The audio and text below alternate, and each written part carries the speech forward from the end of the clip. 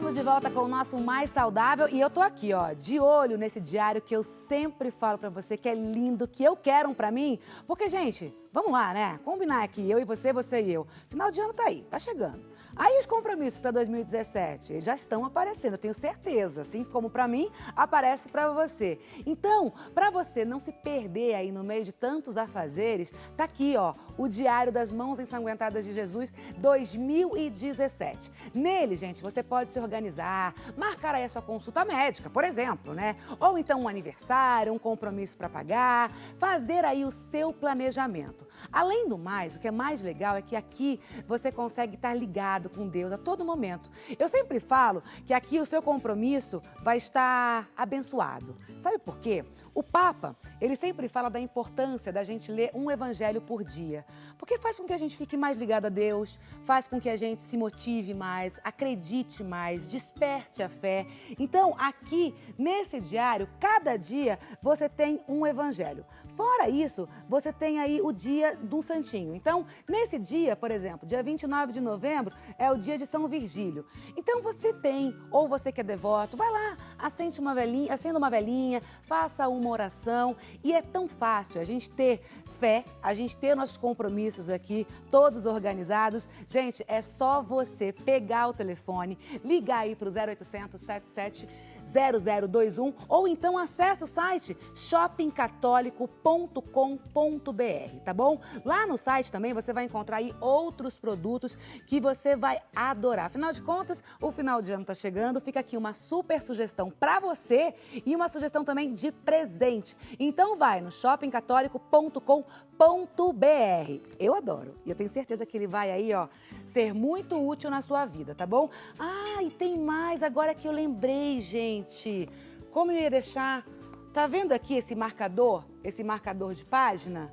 Ele vai de presente. Você não encontra esse marcador no Shopping Católico, não. Isso aqui é presente para quem comprar o diário aqui das Mãos Ensanguentadas de Jesus, tá bom? Então antecipe aí a sua compra de Natal. Ó, tenho certeza que aqui o seu compromisso vai estar organizado e abençoado. Isso é bom demais. Vamos voltar aqui para o nosso tema. Hoje a gente está falando sobre a depressão e a gente está falando agora sobre os tratamentos. E agora chegou a hora da gente falar desse tratamento, Fábio. Isso. Cissa, vamos pensar. Você está vendo alguém com depressão e de repente é alguém que parece muito saudável. E a depressão não tem cara. A depressão, você não consegue exatamente identificar alguém só pela aparência, né? Agora imagine alguém que se sente com 50 quilos, um saco de 50 quilos nas costas. E alguém que tem uma lente cinza e vê tudo cinza, não vê nada colorido. Distorce e só consegue ver as coisas de uma maneira mais negativa. É essa a experiência de quem tem depressão. Então, a gente precisa realmente ajudar essa pessoa a fazer uma atividade. Só que atividades que são muito simples para mim e para você, podem ser muito desafiadoras para quem está carregando um peso tão grande e está tão lentificado. Então, o segredo é descobrir o que essa pessoa ainda é capaz de fazer e a gente conseguir estimular e reforçar esse tipo de comportamento.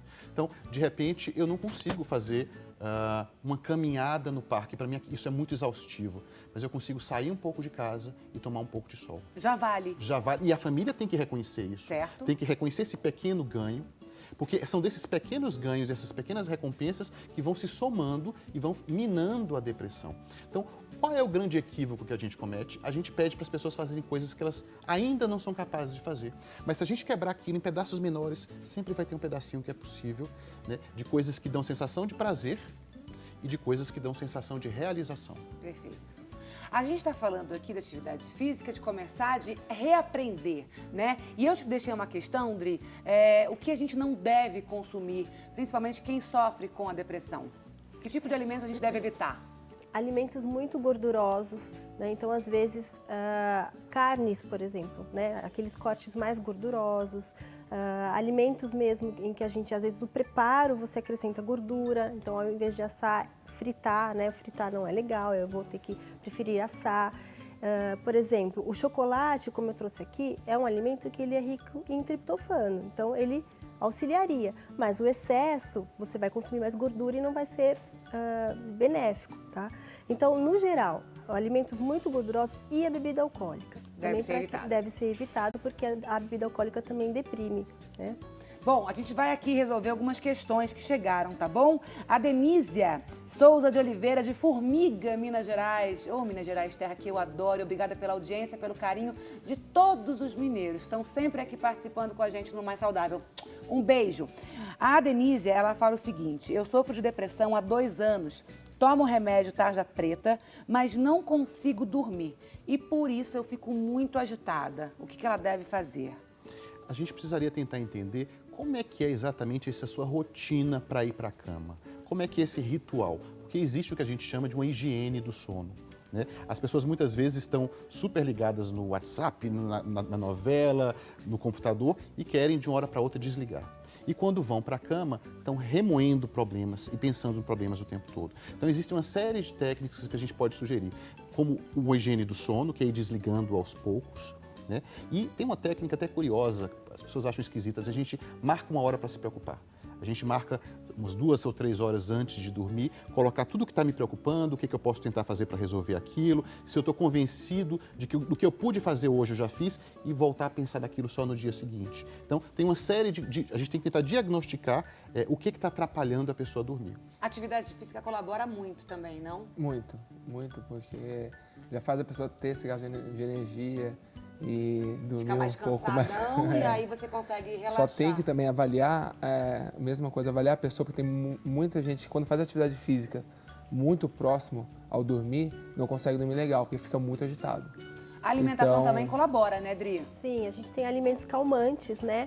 Então, por exemplo, os chás de camomila. E um alimento muito interessante, que é muito comum no hábito do brasileiro, é o alface, né? O alface, ele tem uma substância calmante. Então, ingerir também, ter uma refeição mais leve à noite, por exemplo, no jantar, e ter esses alimentos que têm essas substâncias calmantes é bem interessante. Perfeito. Tem outra pergunta aqui da Maria Aparecida Fernandes, de Campinas, São Paulo. Um beijo, muito obrigada pelo carinho, obrigada pela tua audiência, tá bom? Ela fala aqui, ó. Estou indo ao médico e me dizem que eu tenho depressão, pois sinto muita tontura, não sinto vontade de comer, tenho dores no estômago, uma queimação no útero. Faço exames, mas os resultados são negativos. Os médicos dizem que isso é coisa da minha cabeça.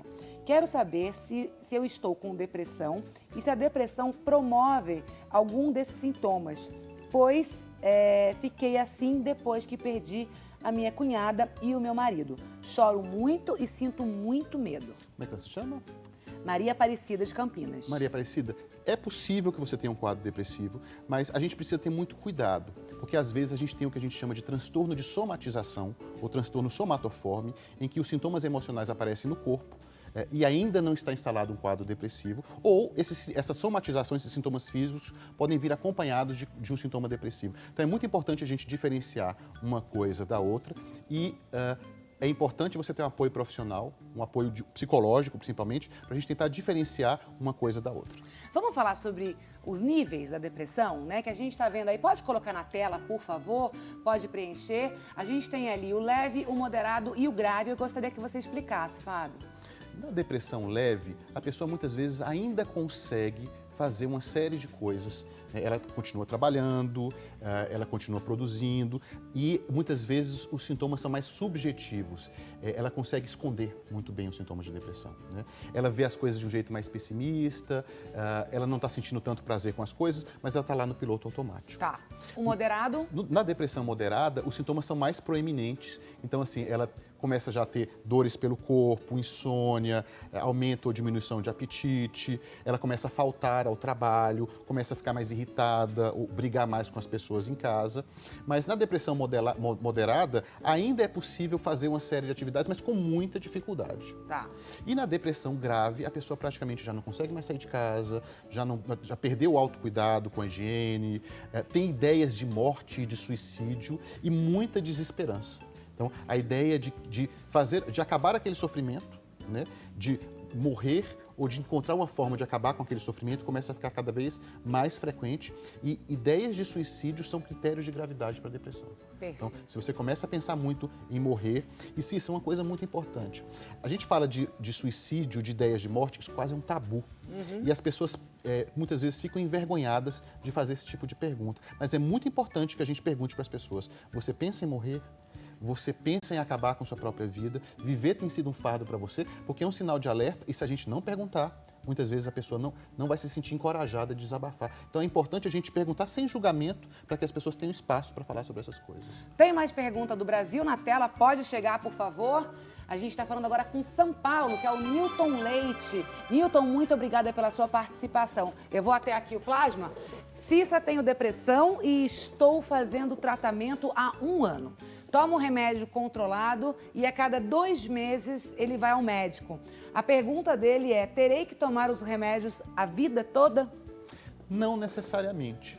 Se esse for o seu primeiro episódio depressivo, a gente tem números que mostram que 50% das pessoas terão a remissão total, desaparecimento total dos sintomas depois do tratamento e nunca mais terão depressão. Os outros 50% poderão voltar a ter depressão. No segundo, e aí precisa tratar de 6 meses a 1 ano. No segundo episódio depressivo, aí a chance de começar uma depressão recorrente fica maior e o tratamento tem que ser mais prolongado.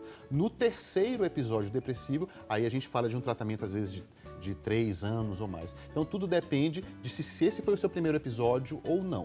Ô Fábio, quando começa o sintoma, que a gente viu aí os níveis, o leve, o moderado e o grave, quando começa os sintomas, você não acha que a atividade física e mais a alimentação, esse casamento e um psicólogo, isso não pode ajudar, sabe? Uma terapia multidisciplinar, enfim.